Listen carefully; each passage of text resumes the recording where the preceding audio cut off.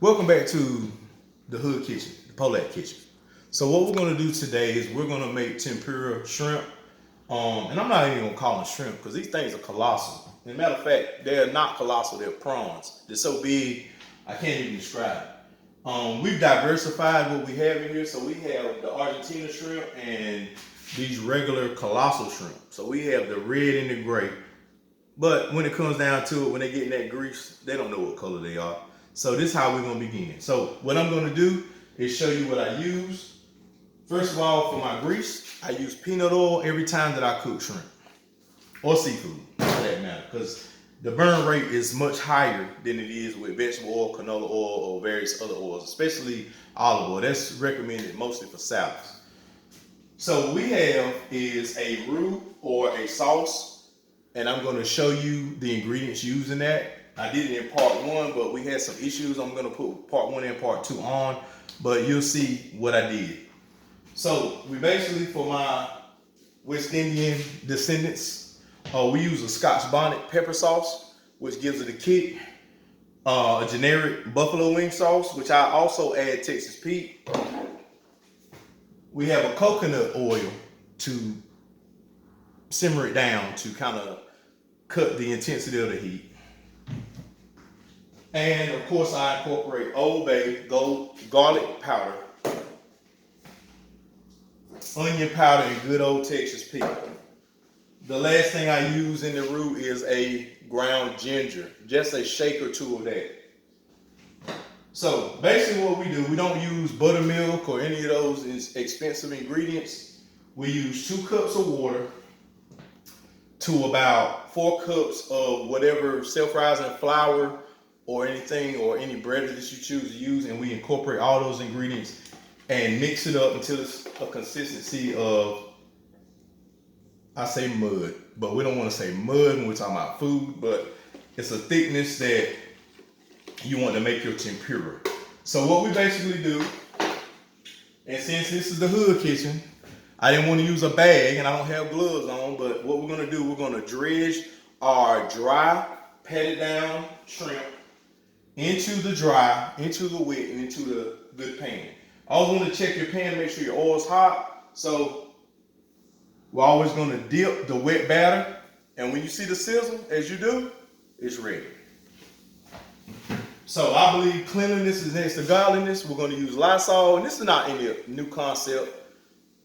In the black community, we've always sprayed our countertops down with bleach, ammonia, or Lysol. But now that there's a pandemic and pandemonium, when there's no Lysol, you use one of the others that I mentioned.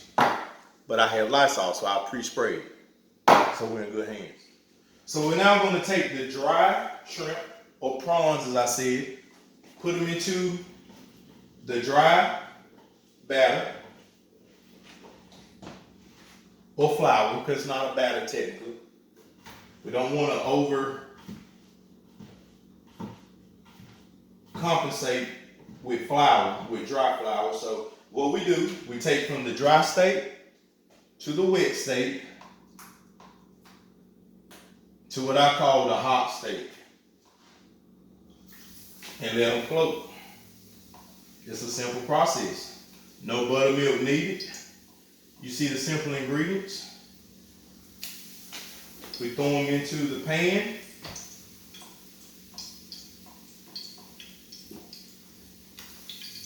We're going to cut our flame up a little bit. We don't have a gas stove here. What I have is a front mounted knob electrical stove, which I really wish I had gas, but hey, can't get everything you want. Dry to wet to pan. And like I said, these are prawns. I'm not even going to refer to them as shrimp. And shout out to all of the followers that I have. But when I show you this finished product, you're going to think that it's Kung Pao shrimp or something. And this is a good way for a person that doesn't have a lot to fill their stomach, and their budget will not be consumed, because when you put the tempura style or cooked tempura style, the flour stretches whatever meat that you're using. And I'll show you that in the finished product. So we got about 5 more that we're gonna put in the pan. And it's, like I said, a 3-step process. You're gonna flour, you're gonna fry, and you're gonna soak in whatever seasoning. I personally like peanut sauce, which I make my own Thai style peanut sauce whenever I do this shrimp. But for now, we're gonna fill this pan up. We're gonna show you how the meat fluffs and how it multiplies. I'm giving you all my COVID-19 lessons. Let me wash my hands before I flip my meat, and then I'll show you.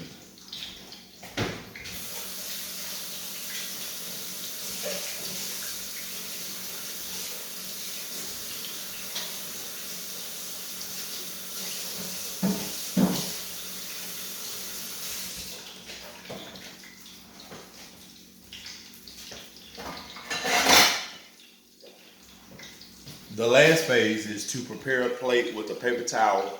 So when you take your fried shrimp out of the pan, you can drain it before you add it to the pot with your seasoning, because you don't want to add added grease or cholesterol. Shrimp, shellfish are already high in cholesterol, so you want to drain it as much as you can. So, and be considerate when you go into the grocery stores. I mean, don't try to come out housing 4 and 5 bundles of paper towels. You see, it's a rarity now. So you're gonna line your pan. You're gonna get your tongs and you're gonna flip your shrimp. I say whatever meat you're gonna use, but right now we're cooking shrimp, so we're gonna say shrimp or prawns. It sounds more professional, doesn't it? I used to listen to Auntie P all the time. You know, B-Love is kind of overrated in my opinion. I think people just have an infatuation with hearing her smack. But as far as her quality of videos, all she does is make a buttery sauce, and that's pretty much it. So we're gonna let those sit there for another 2 minutes. But in the meanwhile, I'm gonna show you what the finished product looks like before I plate these. Aren't they so beautiful? Don't they look so fluffy and flaky? And we're gonna add those on top of these to keep these warm. It's not difficult at all. I'm not Gordon Ramsay. I'm not a lot of these cooks. I'm not even gonna shout out some of these racist cooks that could do more for their communities they live in and are patronized by. But at any rate, I'm gonna give you the best way to cook buffalo shrimp. So now, we're about to remove the shrimp from the pan as they're ready. But like I said before, we put them in the sauce, we're gonna drain them. You may say they look kind of pale, but you don't want to overcook your shrimp.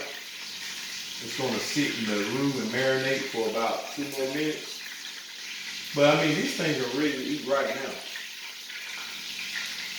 I mean, they really are. We're just gonna let them drain. And see how they double in size? When you put the batter, which by the way is just a water-based batter.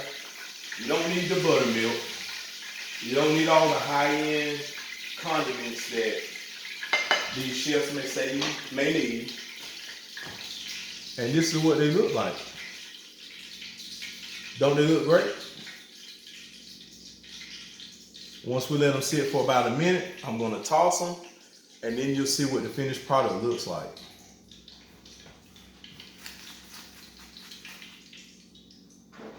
Hey, who says we gotta wait a minute? 15 seconds is enough for me. So we're gonna add them all to the seasoning. Like I said, when I do tempura, I like to use a peanut-based sauce, a Thai chili peanut sauce, but today I use a ginger, garlic, onion powder, Scotch bonnet, hot sauce base. And look, we still have more shrimp left. But as you see the size of these shrimp, once they're cooked in tempura, I'm going to put them in a Ziploc bag and prepare them tomorrow. I'll probably make some breakfast shrimp and grits. But that was a quick tutorial of how to prepare. I'm going to wipe my plate out.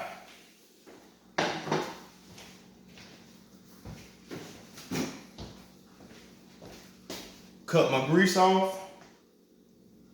Rear burner. Spin them around. Fold them.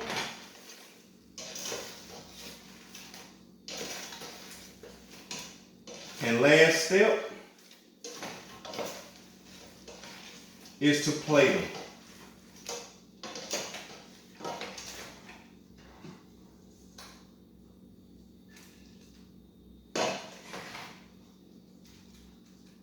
This is the first official edition